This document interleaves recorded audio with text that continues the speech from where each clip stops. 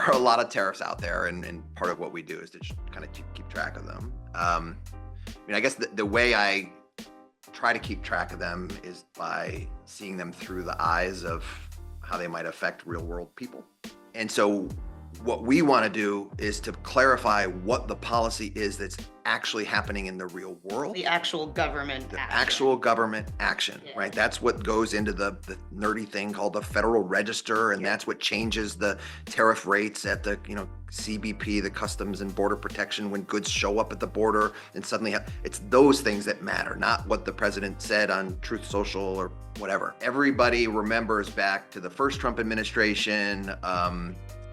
There, President Trump also liked tariffs and imposed a lot of tariffs on a lot of different products. But at the end of the day, it was really, for the most part, only on stuff from China. But the Trump administration didn't put tariffs on things like smartphones or video game consoles or toys or things like that, a lot of consumer-facing products. You mentioned the tariffs on China are really high. There are some products, 125% or more. This past weekend, there was confusion because all of the most recent tariffs that have gone on China, especially, there was a clarification that certain products that contained semiconductors, including smartphones, wouldn't be affected by those tariffs. And so people thought, okay, well, smartphones are now being, exempted from this stuff. And maybe when I go to the iPhone store or whatever, we won't see. The price won't change. The price won't change. Yeah. But it turns out, back in the first 2 months of the administration, on February 4th and March 4th, President Trump actually did impose tariffs on everything we buy from China, including smartphones. And they weren't small tariffs either. They were 20% tariffs. And remember, the first Trump administration, the cumulative of tariffs were only 17%. Here we've got 20% tariffs on lots of new products, including smartphones. So, that's an important way, I think, that consumers this time around might say, hey, the stuff that I buy is suddenly being hit with tariffs. The second one is cars. A lot of them are assembled here in the United States, but a lot of them are also assembled either in Canada or Mexico.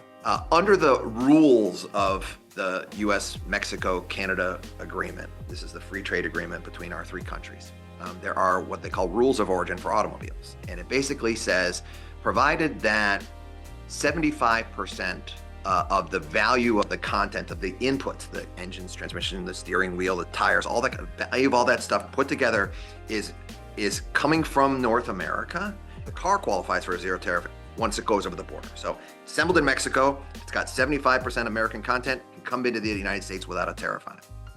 Okay. Well, 75% is kind of high, and that was ramped up under the first Trump administration. So it's taken a while for kind of companies to get closer and closer to meeting that 75%. And some of them just aren't quite there yet. So the alternative is, if you can't meet those qualifications, then you pay a tariff, the normal tariff that everybody else in the world pays to get their cars into the US market, which is 2.5%. So that was the state of the world in like February. But then in early March, the Trump administration said, in a kind of a fight with Canada and Mexico, they said, well, for all products, including cars, that are not compliant with the rules of origin legal elements of the USMCA, you're going to be hit with a 25% tariff. Then in early April, it gets worse, right? The president announces that there's going to be a separate 25% tariff that's going to apply to all cars regardless of where they're coming in. So now suddenly this vehicle that was paying a 2.5% tariff in February went from 2.5% to 27.5%, now is paying a 52.5% tariff just to get into the United States. But then some of the car companies have recognized that, and they say, an American consumer is not going to be willing to pay more than 50% more to buy this car. Sure. A car that used to be $20,000, that means it's $30,000, right? And consumers might not be. That's a big difference. That's a big difference. Yes. And so the car companies say, well, I'm not going to ship that model into the United States anymore. And then because of the supply chains and the way those work, the fact that, a vehicle assembled at one of these plants in Canada, the transmission or the engine might be being put together at a plant in Indiana or Ohio or Michigan, right across the border there, right? Now all of a sudden, if those plants shut down those production lines because American consumers aren't going to be willing to pay more for those cars, all of a sudden the engine makers back in the United States and their workers lose their business too. And when these companies are faced with uncertainty with their supply chains, the natural response for them is to just say, we're going to wait. We're not going to make investments anywhere. We're going to hold off.